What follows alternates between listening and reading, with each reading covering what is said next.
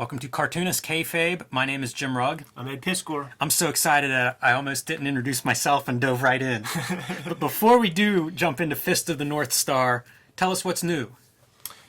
Eastern Outlaw Comics, Western Outlaw Comics. Red Room is available for pre-order. Thousands of them have been accounted for so far. Get your pre-order in ASAP through Fantagraphics. Links are in the description below at my link tree. Patreon.com/EdPiscor if you want to read the comics right this moment. $3 gets you the archive. I have 2 issues up there right now. When these issues come out, they're going to come out on a monthly basis. All of them self-contained. So if you find one in a back issue bin, scoop it up. You're going to get a full experience. We're not doling out one story over 6 issues. One and dones, man. Patreon.com/Jim Rugg. You can find a lot of my comics, mini comics, zines, things that are out of print are available through my Patreon. And I just posted Rambo 3.5, my mini comic that fills the gap between the Rambo movies number 3 and 4. You can pick that up now if you're a January subscriber to my Patreon. Besides mini comics and zines, I post lots of artwork, process stuff, even occasionally notes on Cartoonist Kayfabe. So find that at patreon.com/Jim Rugg. But the business at hand, Ed, is to get into Fist of the North Star. Or as it's known in Japan, Hokuto Shinken. Continue. Well done. Story by Burnson, art by Tetsuo Hara. Bronson, like Charles Bronson. Well said. Yes. And this is the Viz Comics, the first, as far as I know, I think this is the first English piece of Fist of the North Star. So I figured that's the place to start. I believe Viz is planning to reprint these in hardcover, the complete series, starting this year. I got the scoop, man. Which is pretty damn exciting. Yeah, they never completed it. The people who made Raijin Comics in the early 2000s, Gutsoon, they tried, and I have a couple of the color reprints. Couldn't find them in time for this. Ugly, real bad. They just had some jobbers do some weird computer color on top of it. It's meant for this black and white. I was gonna say it's hard to it's hard to make color work on top of art that is so designed for black and white. And I mean, this thing is gonna look spectacular once we dive in. I love these early manga. The early efforts by Viz to bring manga to the States, and like how do you translate this stuff? This is, I believe, 1989, so this is a pretty early effort. It's not the first manga to come here, but it's pretty early on, and they're still working out how do you do 20? I think there's 27 or 28 volumes of Fist of the North Star. Like, how do you translate that to an American 22-page comic book? Yeah, it's a struggle. As like a weekly kind of, this is a shonen manga, for boys. Yeah, that's definitely worth noting, and a very successful one. I think over 100 million units in print, so very successful. But as we start flipping through here, keep in mind this was for a this is YA boys comics. So like. The other thing too is that it gets very redundant. Like it's considered like a monster of the week. Yeah. Kind of comic where our guy has to just go up against the next big bad guy who's doing bad things and depriving people of necessary provisions. I think of this as fight comics. Yeah, sure. Is how I would classify the genre in my head. Love those thick eyebrows. Yeah. Yeah, he looks great. But speaking of like the black and white art that we mentioned, like look at the amount of texture, cross-hatching, and heavy ink that's on that page already. And that's early. Like he gets even more elaborate and into the shit as he moves forward. Look at that badass motherfucker, man. Yeah, how could you not fall in love with this? If you were a fan of the kind of stuff 1989 that Marvel's publishing, wouldn't this be your favorite? And that's the deal. Like they really try to reverse engineer like the American mindset. And Hara Tetsuo, I'm gonna call him Hara Tetsuo because that's usually how we call him. But he makes me want to draw my characters wearing their pants where they're supposed to be. Like just seeing like I like that little hip region with all the wrinkles and stuff. He looks like such an action figure. Like, send that right to the factory. Start churning out these figures. Originally serialized 1984 to, I don't even know when, 88 or something like that. But super successful, as we said. And starting off with a big bang. A mushroom cloud on page 1. Wow. Yeah, man, when they started bringing that cartoon to the States, man, 19XX, because I think it might have been past the due date. And you can see like these opening pages often in manga, there'll be, you know, watercolor or something like that. And that's what you're kind of seeing here is the awkward translation to black and white comic. Yeah, it's usually like a processed red ink. And you can see even like the levels are blown out there for the washes that would have appeared, you know, probably in the original publication and will probably appear in whatever Viz is reprinting, you know, like the nice high quality. But what we see is a street gang. This feels like the world of, you know, Mad Max, post-apocalyptic. Definitely. Down to the clothes, the lack of provisions. And here we go. Like this is line art. Now we're getting into the bulk of what these comics would have been. Pen and ink on paper, which does reproduce really well here. So we're off and running at this point, and man, not a minute too soon. So keeping up with that post-apocalyptic world is the survivors are vying for more and more limited resources, and that's why you have these like wasteland gangs that are preying on whatever they can find. Everybody's looking for those limited resources. You guys at home know the post-apocalyptic rule book. Yeah. That's what we're seeing here, but with just badass, super cool art and fighters. It does feel like this is your manga version of the Mad Max world. It is, yeah, certainly. They don't hide that, and the creators, as things move forward, you're gonna see Cobra references, like when Fist of the North Star gets some of those aviator shades, like they're directly referencing Sylvester Stallone. They're directly going to be referencing Ivan Drago from Rocky, like very steeped in like Western flicks, even though I guess is Australia considered Western? That's a good question. I love all this rendering and stuff. The figure work will be something that comes up again and again throughout this series. I mean, it's maybe my number one takeaway from this series is the figure work and the distortion of the figures. If you complain about Rob Liefeld drawing figures that are like 14 heads tall, we'll see you next video. I think he took it from. I do too, this. Because we're going to see these fighters. Their scale changes in mid-fight. You know, they suddenly become 20 heads tall. It's a really awesome effect, I think. But this is a character that comes running back, and some of their gang has been taken out by somebody. And when he shows up, he's not quite right. You see his head morphing around and then explodes. Let's make the anime. Let's sign up and get this anime made. Yeah, you want to see this moving around right here. It was a very limited animation that was used for this, so they pulled every trick they had. You know, like in fact, when the first time you see him, the cells are submerged in water when it's shot on camera to create like the mirage effect. Wow. Yeah. That's really cool. You see it here drawn where your sun is not a clear line, but rather that wavy thing that, looking through heat will do. And, it's a nice cut because they're speculating on who killed this guy and, these other gang members, and it's some badass dude. Cut to the badass dude. Yeah, I mean, that's right out of those Clint Eastwood, even that outfit. And, okay, so it's ink. Now you got this, like, this, like, sandblasted town, and it looks perfect. It does. Yeah, the ruins, what's left of civilization.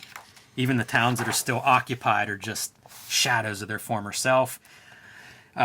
He's beat and tired and needs water, steps into a netted trap, and they catch him. Now this is where we're going to see some things that we might be able to use for our own purposes when it comes to having characters interact between these cell bars. In fact, right here.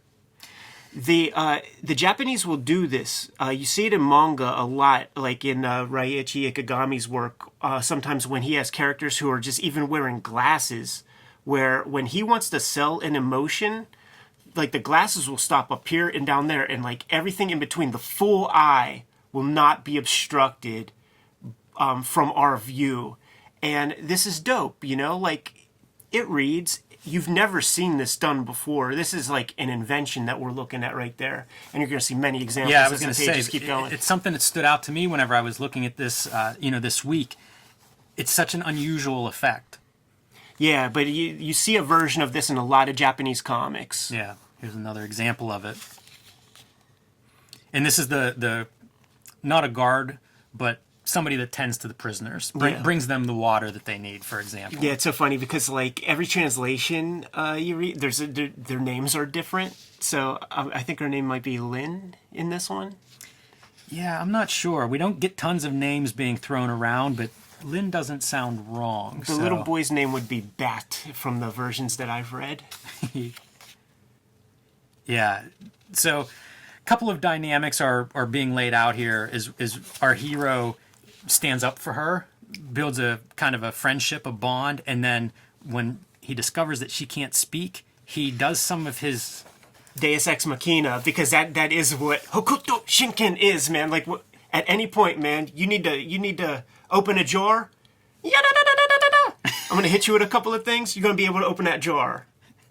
Yes. It's every issue. There's some magic. You know, you gotta pump these strips out on a weekly basis, and you can't rate yourself into too many corners because there's no time to think. So he's got the magic. Like, I bet you every shonen mangaka was like, fuck, I wish I would have come up with something this crazy. Because all he has to do is and then whatever he needs to happen, a bridge can, collapse or something like that. A bad guy's heart can explode. Yeah. He could bend these bars. Exactly. He could walk out of this prison whenever he wants to. Also, as like This is the healing moment, by the way. And there's your sound effect. Zasheen. as like a shonen mangaka, it's sort of it's got like, these guys, they're not playing for small stakes like an indie cartoonist. This is an amazing privileged piece of real estate at kind of a golden age for Shonen Jump.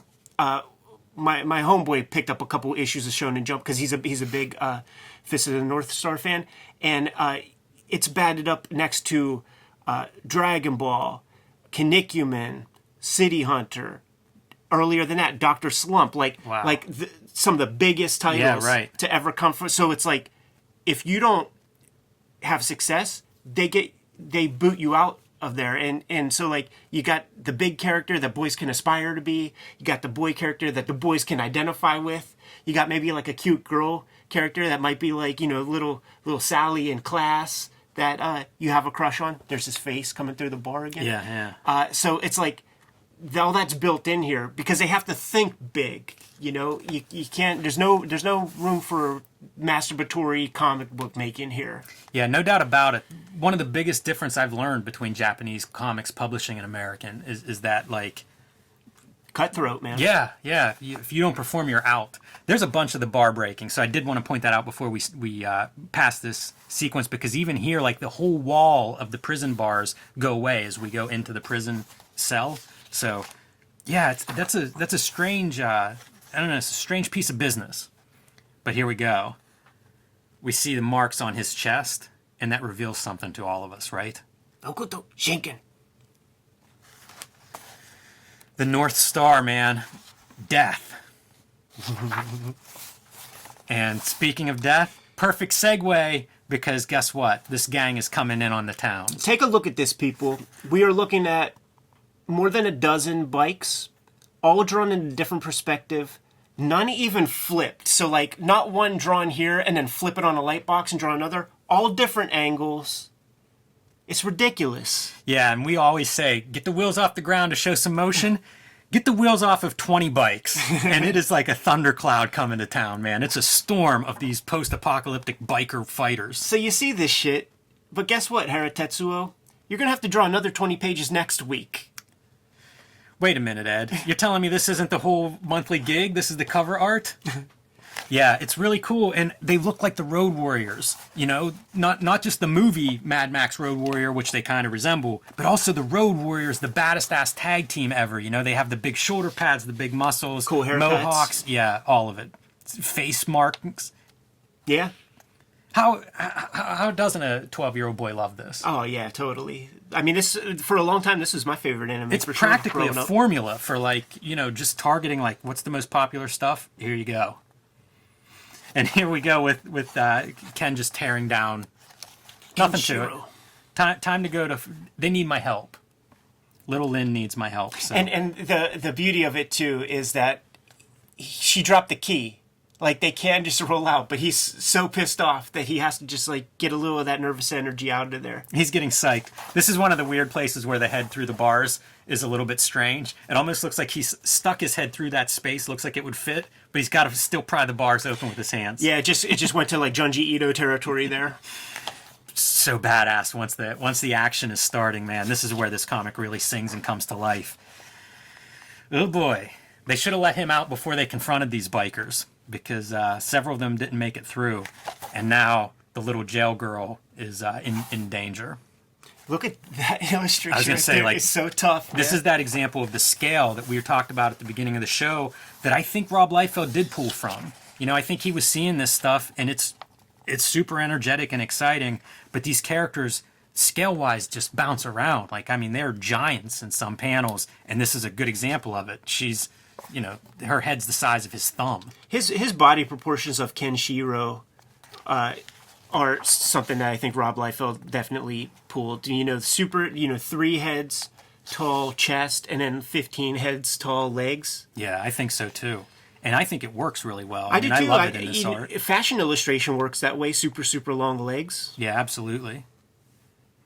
Look at him, man. It's just like he's selling it hard. Like, he can rip that little head off whenever he feels like. Yeah, it's even the fist holding her body is even very believable. Like, she's not going anywhere. She's very securely held in this guy's grasp. And, well, there he is. Kenshiro. What can he do? Cracking the knucks. Imagine reading this for the first time with no context. You went into the comic book store on New Comic Book Day, saw this, looked kind of cool, and this is what you're reading? Sign me up. Yeah. Sign me up. I mean, I'm sorry, but the art smashes, you know, Marvel DC art. It's a new language for your fight scenes. You know, like we've learned foreshortening and things of that nature. This is something else. Look at this, Jimmy. The dude is inking with a compass for so much of that. That is super hard to do because you have to, like, yeah, the whole weight of the pen has to make the mark. You can't push down. You'll get a wobbly line. There's no wobbly lines in there. He's adding stuff to it. It looks hypnotic. Yeah, it's amazing, and they do keep the crotch shot though. Centered on the crotch piece. All of your directional devices right there. Centered on the crotch. That's how you draw power. If we saw the Genko, there would be the little compass needle mark right in the dick tip. You know it. Hilarious. And their faces, man, feeling the effects being kicked to the sides. Wait till you see his hand styles, though. Look at that jump. Yeah, love all of this stuff. And Boys Comics, baby. The aftermath. Little schoolboys are reading this. They just drop dead. He's like, what is going on here? There it is. It's the best parts in the cartoon. Yeah, and if you read Street Angel Deadliest Girl Alive, you may see some influences here in the Street Angel gang. I love all of this. But, you know, 1989, man, that would have been a weird-looking comic to pull off the stands. Oh, for sure. And if you're aspiring to this, you just expanded your vocabulary, especially for superhero action. Hara Tetsuo does have his own language, too, and I don't think I've really seen anybody replicate a lot of, like, his kind of storytelling practices and stuff, like the motion with the crazy hands and all that. Here's your Fist of the North Star kind of action, right? He knocks down this big dude, hits him with a million of these shots that he does, catches Lin, and the guy can walk 3 steps. It's that the guy gets up, man, and he's a giant. How big is he there? 30, 40 feet tall? Right. And this is that Kill Bill, man. Like, you walk 3 steps, you're done. Yep. From the inside out. But he's not hanging out. He brought death to the town, so he better go somewhere else. Yeah, and you know what? We didn't make a big enough production, but he healed that girl. She was able to talk then. Her voice returned to her whenever she saw him come to save the day. So heals her, and then he's heading back out into the wasteland. Wah, wah, wah. Pretty cool. And the little prisoner dude decides he's gonna stick with this guy for a little while. Yeah, man. Look, I mean that is built for an anime. It is built for a comic book series because there's your end of book 1, and you know, we have several more issues in this first volume to follow. So that's a pretty good sales job. You know, I don't know if that's 64 pages. That's pretty, the complete pretty good first size. chapter. And you know, that's satisfying. Yeah. Like, you get to the end of that, you've seen him fight, you've seen kind of the setup of his powers, you've seen the world that he lives in, and off he goes on to the next, you know, whatever the next enemy is going to be. Real satisfying if you think of this next to a monthly Marvel or DC comic at the time. Are these Monthly, but the first volume of this, and I don't know if it's 8 or 10 issues, they're all like this thickness. that's the question I was going to ask. Yeah. So I would bet It's very satisfying, that first chunk. That the subsequent ones have probably 2 chapters in each one. Possible that this may have been a one-shot that...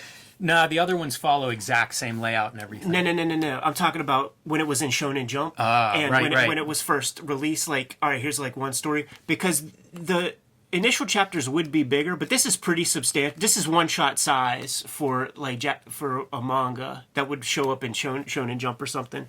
But yeah, it's a complete... I mean, this is the complete first chapter, so it's all in there. Yeah, very fun read even today. This still feels like a very exciting, awesome comic. I think people are going to be excited when Viz, you know, starts reprinting these things in a nice format. I don't know when they begin this year, but I'm sure there'll be a lot of fans waiting for them. I'll be one of them. Absolutely. But I've dug out all these things. I think 4 or 5 volumes of this were printed in some sort of serialized version. You know, they become more like a saddle stitch. Some of the subsequent volumes are like saddle stitched comics. Still kind of big, but you know, a little bit not quite this size. But this first volume's amazing. And you know, if you can find them, they're fight comics. If you run across issue 3, it's as good a place as any to dive in. Yeah, there's going to be the big bad guy. He's going to dispatch the bad guy. He's going to hit him with a couple of gimmicks. The dude's head's going to explode. Or my personal favorite is the one when he hits the one general guy with a bunch of gimmicks. And the general guy, his favorite thing to do is like Garrett wire people's heads off in the town. So he hits him with the gimmicks. And then the guy like reaches into like his pocket and pulls out his cat gut and wraps it around his own neck and starts sawing his own head off. Yeah, that's a really advanced martial arts move there. Unbelievable. So ridiculous. And you know what, Viz, as you put those things out, I promise to, you know, I'll delete my scanlations of each volume as I get an English version because I love this comic too much.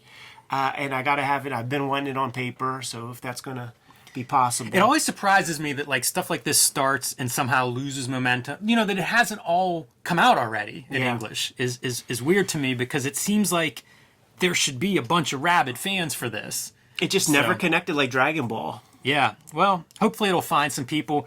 You know, you said at the top of the show, Outlaw Comics. Japanese Outlaw Comics. If you love Outlaw Comics, I think you'll be happy with what you find in here. Yeah, absolutely, man. What do you say, Jimmy? Bounce? Yep. All right, Kayfabers, like, follow, subscribe to the YouTube channel. Hit the bell. We'll notify you when new vids are available. Patreon.com/JimRugg. You can find some of my out-of-print mini comics and zines. You can find lots of my artwork, process stuff of that nature. Patreon.com/JimRugg. Red Room is available for pre-order. Thousands of people have pre-ordered this thing so far, and you know what? I'm greedy. I want thousands more to pre-order this thing. I want it to compete against any of those Marvel DC comics on that Diamond Top list, and I think the Kayfabers could help make that happen. So pre-order and secure your copy of Red Room. In the description below at my link tree, you can find the link to Fantagraphics. If not, hit the Patreon, patreon.com/EdPiskor. Subscribe. You could read the first couple issues of Red Room. I put new strips out every Tuesday. $3 gets the archive. You can subscribe to the Cartoonist Kayfabe e-newsletter at the links below this video to keep up with everything we have going on and coming out. You can find Cartoonist Kayfabe t-shirts and merchandise at the links below this video. Give us some more orders, Jimmy. We'll be on our way. Read more manga.